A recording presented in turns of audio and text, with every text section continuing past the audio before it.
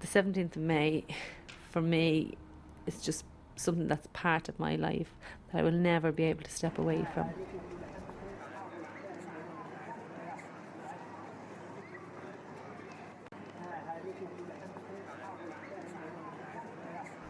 I heard the first bomb explode on Parnell Street. It stopped me in my tracks, but I didn't understand or have any comprehension of the damage a bomb could do. I went on into the store and I got the sandals and I left, came back up the stairs. When the bomb exploded, well, just before I think it exploded, there was a big flash in the sky, and I remember looking up into the sky, but I don't ever remember looking back down again. The blast caught me and threw me onto the floor. I could feel all the debris falling on top of me and the ground vibrating violently. Although there was a lot of objects falling on me, they weren't hurting me, but I could just feel them falling on me. The explosion occurred and the door was blown off its hinges. Eddie was killed and his two children were badly damaged, very badly, severely damaged.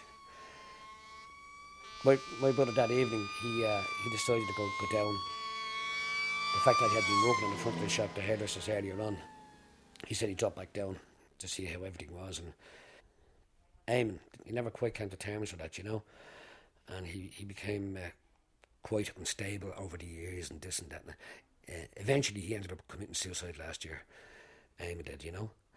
Going back to the day in question, but for the fact that we had perspex in the front of the shop instead of glass, it didn't shatter, but it came in.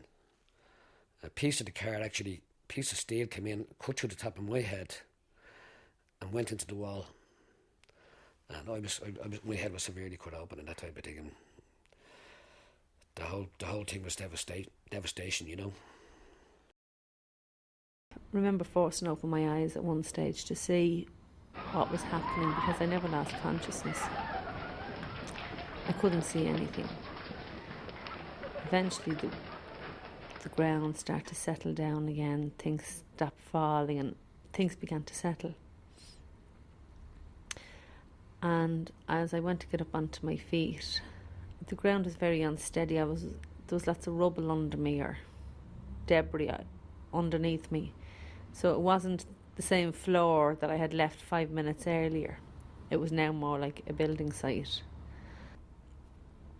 So I said, maybe I better go and get help for us. And when I stood up to go leave the shop, I realised I couldn't see. My sight was gone completely.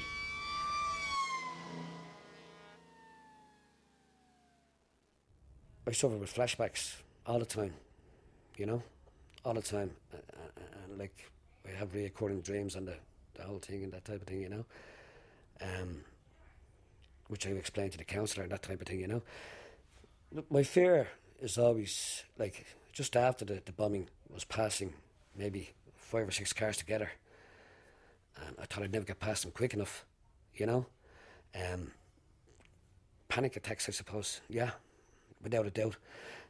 Also, if any of my family's going into town, to this day, I am still very concerned. What time are you coming home at, and this type of thing, you know what I mean?